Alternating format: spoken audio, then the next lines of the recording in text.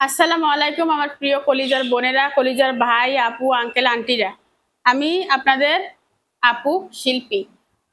আমার বাড়ি তো ফেনী আপনারা জানেন। আজকে হচ্ছে চাঁদ রাত। সবাইকে ঈদ মোবারক জানাচ্ছি। আজকের এই শর্ট ভিডিওটা হচ্ছে একটা বিশেষ উদ্দেশ্য করা। সেটা হচ্ছে আজকে বিকাল ৩টা থেকে আমাদের ফেনীতে কোনো ব্যাংকে টাকা নাই।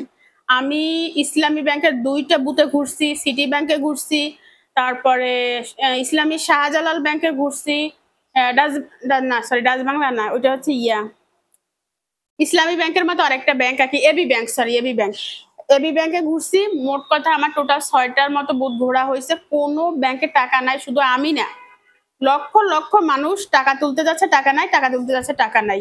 এই যে ঈদের আগে এই যে ঘটনাটা ব্যাংকওয়ালারা ঘটাইলো, কাউকে বলছে? বুথ হচ্ছে ৪৮ ঘন্টা খোলা থাকবে। যখন যার দরকার হবে টাকা তুলবে সেখান থেকে। আমরা শহরের উপরে আছি। আমি নিচে যাবো, বুথ থেকে টাকা তুলবো, বাজার করব। কালকে ঈদ, বাচ্চাদের সালামি দিব,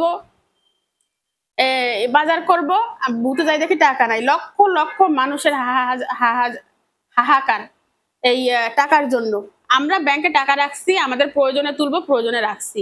তাইলে আমাদের টাকা আমাদের দিতে ব্যাংকওয়ালারা এই কাজটা কেন করলো? তো আপনাদের এই ভিডিওটা আপনাদের উদ্দেশ্যে করা হচ্ছে। শুধু কি আমাদের ফেনীতেই টাকার সংকট? আমাদের ফেনীতে কি বুথগুলো বন্ধ, নাকি অল বাংলাদেশে একই অবস্থা? আপনারা কে কোথা থেকে আমার ভিডিওটা দেখতেছেন, আর কার বুথে কি সমস্যা হইছে?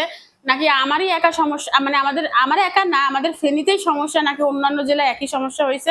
কষ্ট করে একটু কমেন্টে জানাবেন। যে ঈদের আগের দিন ব্যাংকওয়ালারা এই কাজটা কেন করলো? আজকে এই কাজটা করছে, কালকে ঈদের দিন মানুষের টাকা পয়সার দরকার আছে। এখন তো মানুষ ঘরে টাকা রাখে না। যেহেতু একটা কার্ড আমার হাতে আছে, মানে টাকা আমার হাতে। আমি যেখানে যাব সেখান থেকে কার্ড মেরে টাকা তুলতে পারবো, তাই না? তো আমি যমুনা টিভিতে রিপোর্ট করে আসছি।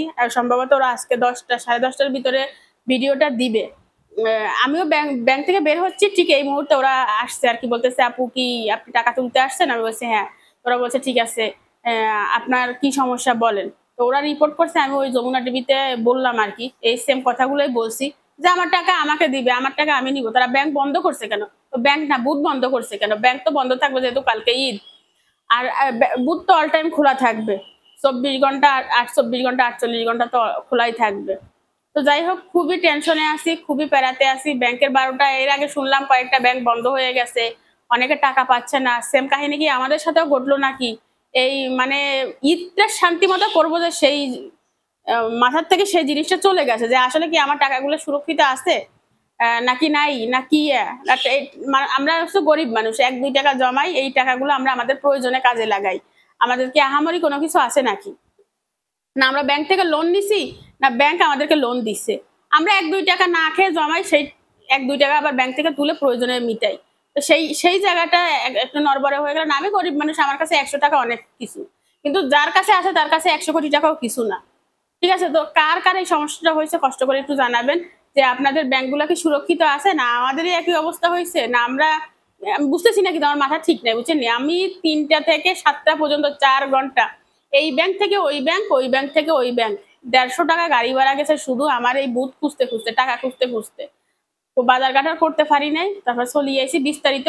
ঈদের দিন হচ্ছে যে ব্লগটা আপলোড হবে রাতের সন্ধ্যা ৬:৩০ সেই ব্লগে দেখবেন বিস্তারিত কি হইছে কি না হইছে। আমার মাথা-টাথা একদম খারাপ, সত্য কথা বলতে।